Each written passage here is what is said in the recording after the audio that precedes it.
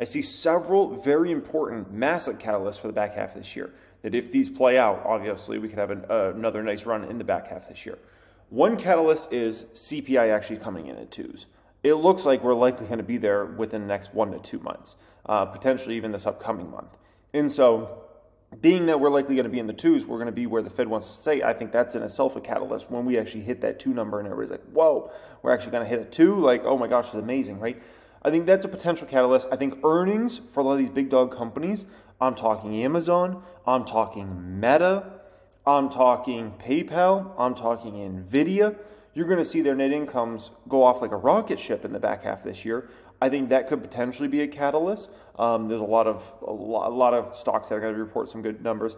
I think the U.S. economy, based upon what I'm seeing out there, guys, I think the U.S. economy is a little stronger than a lot of people.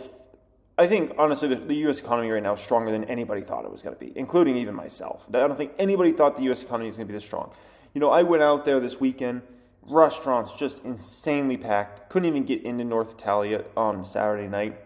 Called it like 5 o'clock. They weren't even taking walk-ins because they had already been completely booked up. Couldn't even get into Top Golf. Top Golf was too busy. Like, you know, and this is like supposed to be the dead time of year out in Arizona where I'm at right now, right? And just like going to several different malls, like just busy, man. Everywhere is busy.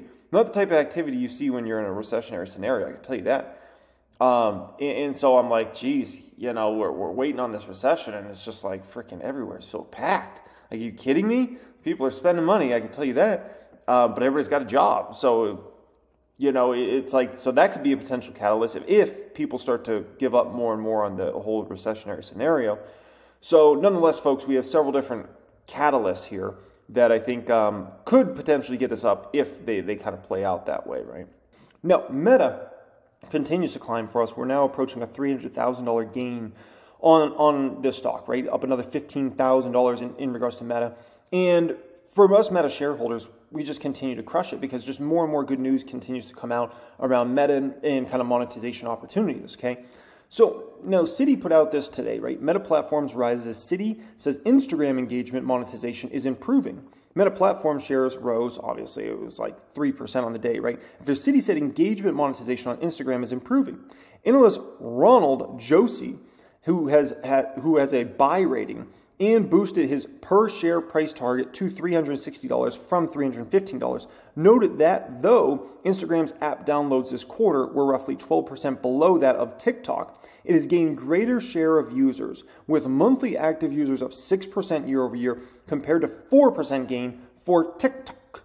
Further, while overall time spent, monthly active users on TikTok remains 41% higher than IG, 31 hours per user per month on TikTok versus 22 hours on IG, we see IG is gaining share of attention with time spent, monthly active users growth outpacing TikTok for the 7th consecutive month, which just basically shows you that Instagram's coming to eat TikTok's lunch over time. They just continue to beat them month after month after month, right? In terms of gaining share. And eventually you gain so much share that you overtake this other guy, right? Josie also pointed out that Reels ad load has reached 17% quarter to date and 18% this month. After attending the Cannes Lions Festival last week, Josie said he believes that the ad market is stable to improving. I agree with that based upon all the companies I hear and kind of what's going on out there in the ad market. And given Meta's approach to ads, new ad products, and continued engagement growth for Reels, all this could result in greater usage on Feed, Stories, Messenger, and WhatsApp. Josie now believes advertising revenue growth in 2024 will rise 14% year over year, with Reels accounting for roughly $10.5 billion in revenue next year.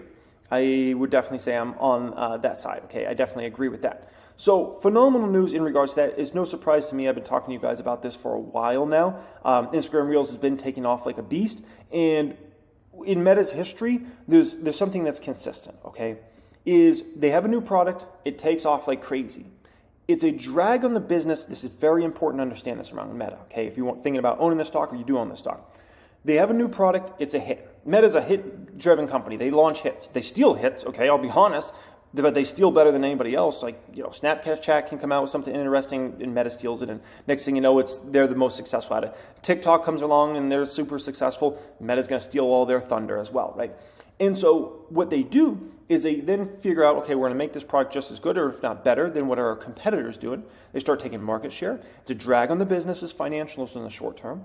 And then they start pulling in all this monetization opportunity, and then the money starts to pour in for Meta. Same exact playbook they've done a million times with this company. So it's brilliant. They're off, in terms of what's going on with IG Reels, we're still kind of early days in terms of that opportunity. So very, very excited. Let's look at what this gentleman believes Tesla's stock price is going to look like in future years, and I'll tell you how realistic or not realistic I think these numbers are, okay?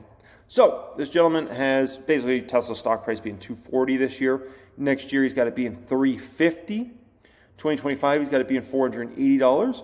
2026, he's got it being $627.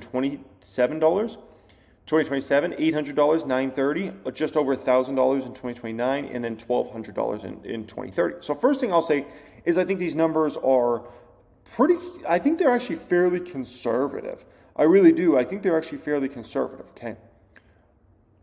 I want to push the two numbers I have a problem with the stock price wise in terms of I think he's too low with his numbers. Can you guess them? Can you guess them? Okay. What I believe, and this is assuming there's no sort of economic crash or something like that and the economy just stays at least decent over the next couple of years.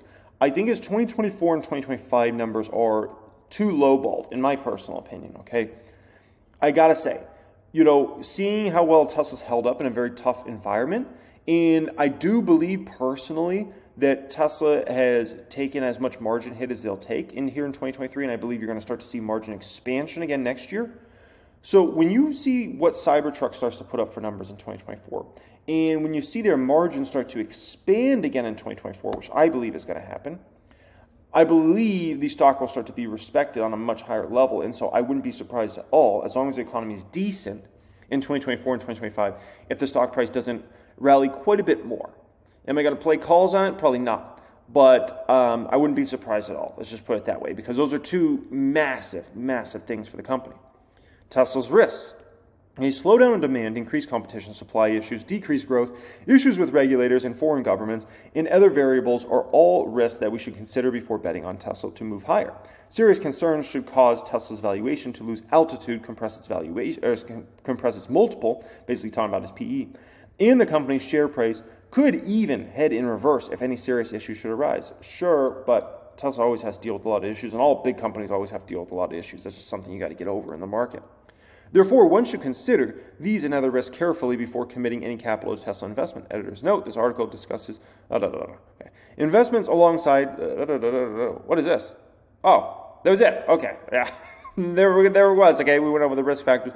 And absolutely, I mean, Tesla, the biggest risk, in my opinion, in regards to Tesla, has nothing, absolutely nothing to do with EV competition, the big automakers, any of that, okay? The only risk I see for Tesla over the next couple of years is the economy. And if the economy was to get in a bad place, that could hurt Tesla's numbers significantly, as we have seen over kind of the past, few quarters, right? Obviously, interest rates spiked up massively, and it makes it a tougher demand environment for anything that is a big ticket purchase, such as houses, cars, things like that, right? And so that's the only major risk over the next few years I see for Tesla. This competition, it's a joke. And Tesla's going to continue to, in my opinion, massively outgrow the industry. And I think their margins are going to head back up as long as we have a decent economy over the next few years. So that's my opinion.